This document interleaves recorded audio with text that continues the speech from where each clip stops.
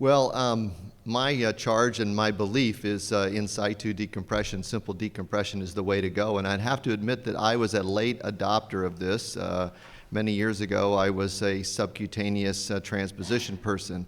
And I actually, it's not advancing. There we go. And I actually speak from experience because I have bilateral anterior subcutaneous transpositions. So I speak from experience, and I can tell you I don't love it that my nerves are there. I had it for subluxating nerves. I did not have it because they were compressed in the groove, but every time I ran, I had the nerve pop over my epicondyles, and it wasn't fun. But I don't like it where it is now, but I do believe that it is a procedure we shouldn't make complicated. Truly keep it simple. And so it's just not working here like we did a couple days ago. What do I do to make this work? We're going to lose a lot of time here. Nope. So what are the advantages of in situ decompression? It's certainly a small incision. Get down to the nerve quickly. Don't raise flaps. There's no reason to do that. As you go down, protect the mediano-brachiocutaneous nerves. They're under direct visualization. You are at the site of decompression. The old literature would say that there's compressions way up at the arcade of Struthers or way down into the FCU. I would submit to you there's no proof of this in the literature and no proof of that by EMG studies. So you are there. That's all you need to do. And why move the nerve if you don't need to?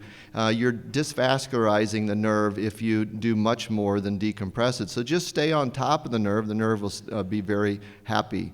Next, please stick with me here. You're going to have to advance for me. Next.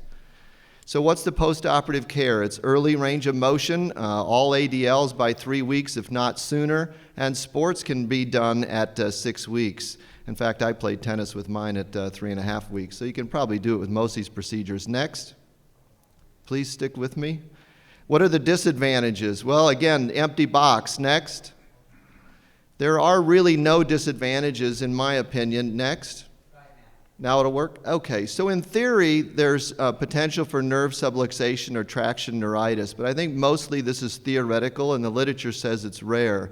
In this article by Kevin Chung, where he looked at his own patients as well as the literature, simple decompression was equivalent to all other procedures and or better with no greater complications. So I think the proof is there. So Mark is going to try to tell us that endoscopic is the way to go. I would ask him, are you blind? Do you really need this? Do you ever heard of the things called loops? I think we don't need to make this more than about an inch-long incision. For a textbook a while ago, one of my most favorite lines I ever used was in this topic. I said, through judicious use of right-angle retractors, you can safely expose and decompress the nerve. And I believe that to this day. So it's dependent a little bit on the size of the patient. We then have Rafi talking about amnion, and I would say, what do you want to do? Just strangle the nerve? Why would you put some scar around it to make it worse? And then we just heard from Mark, why kick a beautiful nerve out of bed? It's happy where it is. And then I think Peter's going to tell us about submuscular transposition. I certainly would not want my nerve to this day underneath muscle. I would call that a merciless crusher. So leave it in a nice, happy place. So none of those are necessary.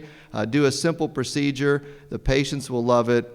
They can go back to what they're doing. So be honest, everybody in the room, what would you have done to you? And I would think all of you would want a simple decompression. Thank you.